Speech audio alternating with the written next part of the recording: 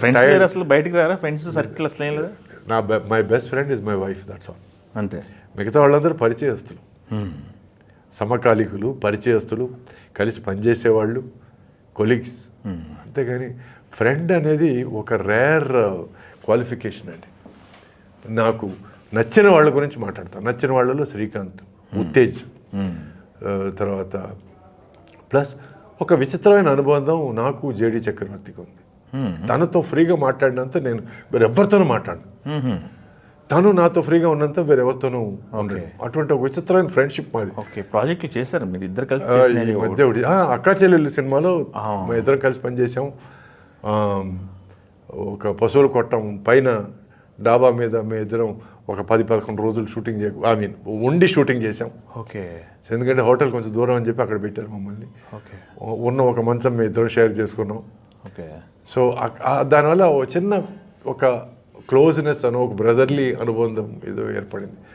So JD Chakravarthy plus Uttej, I find him extremely talented అండి. And ఏదో ఒక రోజు మాత్రం తను బ్లాస్ట్ అవుతాడు. Is super talented. ఇప్పుడు కంటెంట్లో ఉన్నారండి అందరూ? అంటే ఆన్ అండ్ ఆఫ్, మరీ పెద్ద వారానికి ఒక రోజు కలుసుకునే కాంటాక్ట్ లేదు. బట్ ఎప్పుడు కలుసుకున్నా నిన్నటి వరకు మాట్లాడుతూనే ఉన్నాం అన్నంత ఒక చనువు ఉంటుంది తప్ప చాలా రోజులు అయింది ఏమిటి, ఎలా ఉన్నాడు ఏమిటి, ఆ దూరం ఉండదు. శ్రీకాంత్ ఫస్ట్ డే ఎట్లా మీట్ అయినప్పుడు ఎట్లా ఉన్నాడో ఈ రోజు వరకు నాతో అట్లాగే ఉన్నాడు. I respect that. ఎందుకంటే నువ్వు బిజీ కావచ్చు, నువ్వు స్టార్ కావచ్చు, నువ్వు ఇంత డబ్బులు తీసుకోవచ్చు, ఇది బట్ ఓ మనిషిగా నువ్వు అదే. బట్ నువ్వు అలాగే ఉండగలిగావంటే నువ్వు చాలా ఏదో బాగా అచీవ్ చేసిన ఫీలింగ్. అంటే ఆధ్యాత్మికంగా you achieved a lot, which means nothing is able to shake you. అటువంటి ఒక ఇంకో మనిషి శ్రీహరి అండి. ఓకే. సో తను హీజ్ సమ్వేర్ ఎల్స్, ఏదో ఒక మంచి వెసల్ పట్టుకొని ఐ హోప్ హీఈస్ బ్యాక్.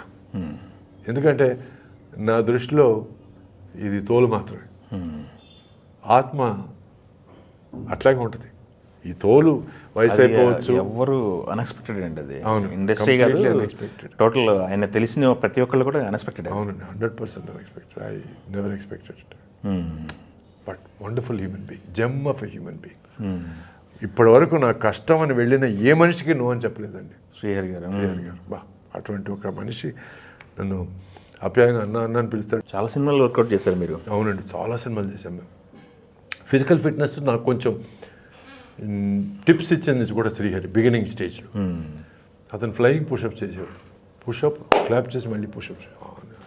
అమ్మో, ఇవన్నీ నేను ఎప్పుడు చేయగలను ఫీలింగ్. అంటే తనకి మార్షల్ ఆర్ట్స్ ఇది బ్యాక్గ్రౌండ్ అది. అవునండి, తను జిమ్నాస్ట్ అండి, బేసిక్గా gymnast. So he's physically very fit అండి. అంత ఫిట్గా ఉన్న మనిషికి ఇలా జరగడం అనేది నేను ఎవ్వరు ఎక్స్పెక్ట్ చేయలేదండి. చుట్టుపక్కల తాగేసి పడిపోయే ఆర్టిస్టులు చాలామంది ఉన్నారు, మరి వాళ్ళకేం కాలేదు, తను అట్లా అవ్వడం అనేది I'm sorry to say, but it no disrespect to other people. But అయ్యో, నాకు నేను ఒక 1 week 10 days నేను కదిలించేసి, అంటే ఇంతేనా జీవితాన్ని కూడా ఫీలింగ్లో వచ్చేసింది. I didn't expect. శ్రీకాంత్ కానీ తన భార్య కానీ చాలా ఆప్యాయంగా చెల్లెమ్మ అని పిలుస్తుంటారు. మేము సినిమా చేసాం, పాత బస్తీ అనే సినిమా. దాంట్లో శ్రీకాంత్, ఊహ, నేను. సో అక్కడ నేను రాయబారిన వాళ్ళిద్దరికి, అక్కడ స్టార్ట్ అయింది. అందువల్ల ఫ్యామిలీ కొంచెం నాకు బాగా చనువు. శ్రీకాంత్ గారు ఊహ గారి లవ్ ప్రేమ చిగురించడానికి కారణం మీరు. నేను కాదు, వాళ్ళిద్దరే. నేను రాముడు కుడత సాయం చేసినట్టు అప్పుడప్పుడు వెళ్ళి మట్టిలో వదలడం వచ్చి. ఓకే. బట్ వాళ్ళిద్దరు హ్యాపీగా ఉన్నారు ఇప్పుడు. చాలా గుడ్ ఫ్యామిలీ, వెరీ గుడ్. ఎక్కడ పోయినా అందరు కలిసి. కొడుకు కూడా అందగాడు, తను పెద్ద హీరో అవుతాడని నేను భగవంతుని ప్రార్థిస్తున్నాను. Talented boy. So God bless that family. Okay. So ఇది పరిస్థితి. Okay. Uttej lost his wife recently. అది తన్ని చెల్లమని పిలుస్తాను. కనపడప్పుడంతా అన్నయ్య వచ్చి భోంచే అన్నయ్య అని పిలిచేది. అదొక కళ్ళ ముందు ఇవన్నీ జరగడం చూస్తుంటే మనం ఏదో అనుకునే జీవితం ఇంతేనా అని కూడా అనిపిస్తుందండి. So these are all big levellers. మనల్ని అక్కడి నుంచి ఇక్కడికి ఎంత ఇదే జీవితం, దీన్ని మించి ఏమీ లేదు అని అర్థం చేసుకోవడానికి ఇవి తోడ్పడతాయి. అర్థం చేసుకున్నవాడు ధన్యుడు.